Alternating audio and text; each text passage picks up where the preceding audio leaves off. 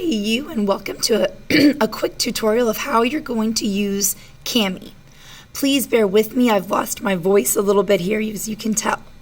So when you begin your water cycle work, you're going to need to use what's called Kami, which is an app that's already on your Google account. It's already been put in there for you. So when you start with Monday's work, you'll go ahead and open that. So I'm going to click on it. Make sure to always read your directions, and one of them tells you that you're going to be using Kami. So here I have downloaded this PDF by clicking on it, and I got a little notice over here that said the download is complete. It's only going to be downloaded temporarily since I'm using a Chromebook. If you're on a PC, it'll save it in a download file for you in your files. But on Chromebooks, when we download, the files are only there for a little while and then the Chromebook erases them. All right, so once I've downloaded that onto whatever device I'm using, I'm then going to go to my Google account.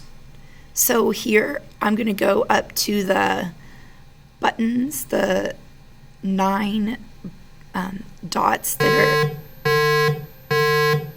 in a box, and then I'm going to look for the app that's called Kami, and it's spelled with a K.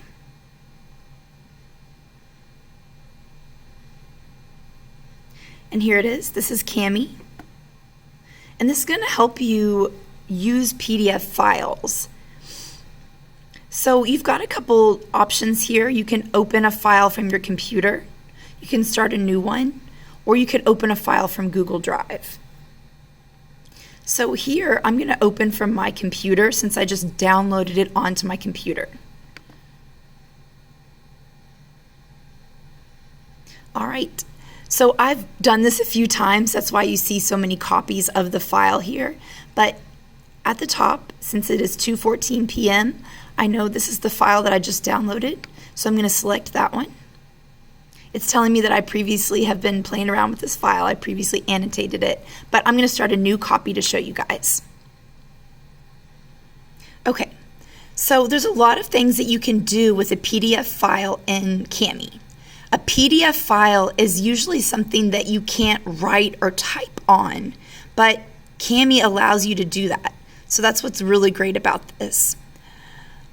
There's lots of different options you have for things you can use. We're going to be using what's called a text box.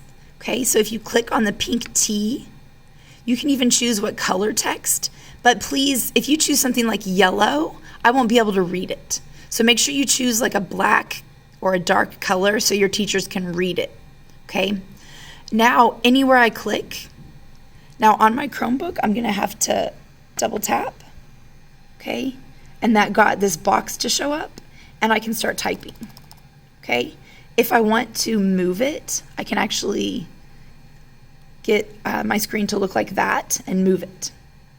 If you look here, it's telling me that I have not saved this file to my Google Drive. So a good practice would always be to save it to your Google Drive.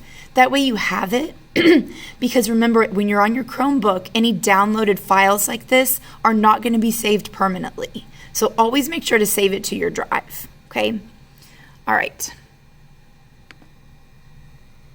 So what I was going to show you guys is you can move your text box. If I click in another spot, it'll actually open the text box over a little bit further to the left. Okay, so that's how you guys are going to use Kami to type in your answers on PDF files just like this one we're using on Monday for our water cycle unit.